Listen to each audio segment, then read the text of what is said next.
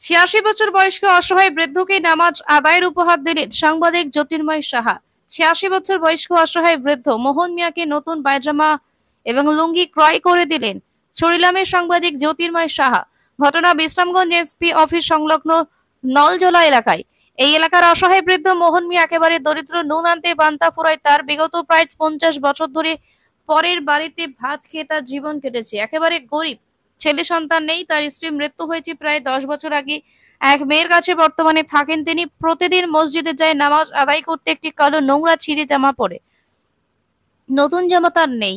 সোমবার দিন সকালে সাংবাদিক জ্যোতির্ময় সাহার কাছে তিনি আবদার করেন মসজিদে গিয়ে নামাজ আদায় করার জন্য একটি নতুন পায়জামা এবং লুঙ্গি তাকে ক্রয় করে দিতে। সাংবাদিক জ্যোতির্ময় সাহা যথারীতি বৃদ্ধের আবদার মেনে সোমবার দিন সন্ধ্যায় মসজিদে গিয়ে মোহন মিয়াকে নতুন পায়জামা এবং লুঙ্গি পরিয়ে মসজিদের ভেতরে দিয়ে আসে নামাজ আদায়ের জন্য। নলজলা এলাকার মানুষ সহ ত্রিপুরা রাজ্যিক নেতবা সম্পাদক তথা সাউথ জোনাল কমিটির কনভেনার মৌলানা জাকির হোসাইন আল জলিলি সাংবাদিক জ্যোতির্ময় সাহাকে তার এই মহতি কাজের জন্য ধন্যবাদ জানিয়েছেন। পাশাপাশি মসজিদের মধ্যে থাকা মুসলিম ধর্মের মানুষেরা সাংবাদিকদের উজ্জ্বল ভবিষ্যৎ কামনায় দোয়া করেন। প্রমোদনগর থেকে জাকির হোসেনের রিপোর্ট, ভিশন 24। আসলে আমাদের বিশ্রামগঞ্জ নঞ্জল এলাকার এসপি অফিস সংলগ্ন মোহন মিয়া একেবারে অসহায় এবং গরিব। উনি আজকে সকালে আমার কাছে, আমি যখন বিশ্রামগঞ্জে যেতেছিলাম তখন উনি আমাকে দাঁড় করে কইছে, তো ভাই আমার একটা নতুন পায়জামা আর একটা নতুন লুঙ্গি দিবা। আমি তো কেড়ে, তো আমি তো মসজিদে যেটা করে যাই নামাজ পড়তাম, একবারে কালা সিরা আমার কাছে আর নাই।